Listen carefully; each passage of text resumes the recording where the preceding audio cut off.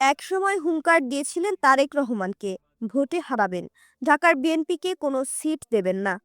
অথচ সেই হ্যাভিওয়েট নেতারই কিনা নিজের কোনো পরিচয় নেই। শেষমেশ ইজ্জত বাঁচাতে সেই তারেক রহমানের নামই ভাঙাতে হলো। অস্ত্র নিয়ে ক্যান্টনমেন্টে ঢুকতে গিয়ে সেনাবাহিনীর হাতে আটক হয়ে এখন সোশ্যাল মিডিয়ায় হাসির পাত্র ঢাকা ১৭ আসনের জামায়াত প্রার্থী। ঘটনাটি মঙ্গলবারের। জামায়াত মনোনীত প্রার্থী ডক্টর এস খালিকুজ্জামান গানম্যান ও অস্ত্র নিয়ে ক্যান্টনমেন্ট এলাকায় প্রবেশের চেষ্টা করলে তাকে আটকে দেয় সেনাবাহিনী। ভাইরাল হওয়া ভিডিওতে দেখা যায় সেনা সদস্যের জেরার মুখে নিজেকে বাঁচাতে তিনি অদ্ভুত এক পরিচয় দেন।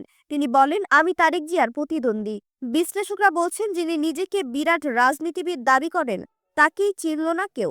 উল্টো নিজের পরিচয় দিতে গিয়ে প্রতিদ্বন্দ্বীর নাম ব্যবহার করে তিনি নিজেই নিজের রাজনৈতিক দেউলিয়াত্ব প্রকাশ করেছেন।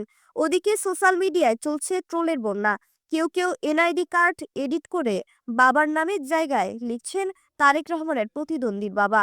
নেটিজেনদের প্রশ্ন, যে নেতা নিজের পরিচয়ে পরিচিত হতে পারেন না, তিনি জনগণের প্রতিনিধিত্ব করবেন কিভাবে? অস্ত্রের দাপট আর অন্যের নাম ভাঙিয়ে চলা এই প্রার্থীর নির্বাচনী ভবিষ্যৎ কি, তা সময়ই বলে দেবে। তবে এই ঘটনা প্রমাণ করলো ভাইরাল হতে মেধা লাগে না, বেফাঁস কথাই যথেষ্ট।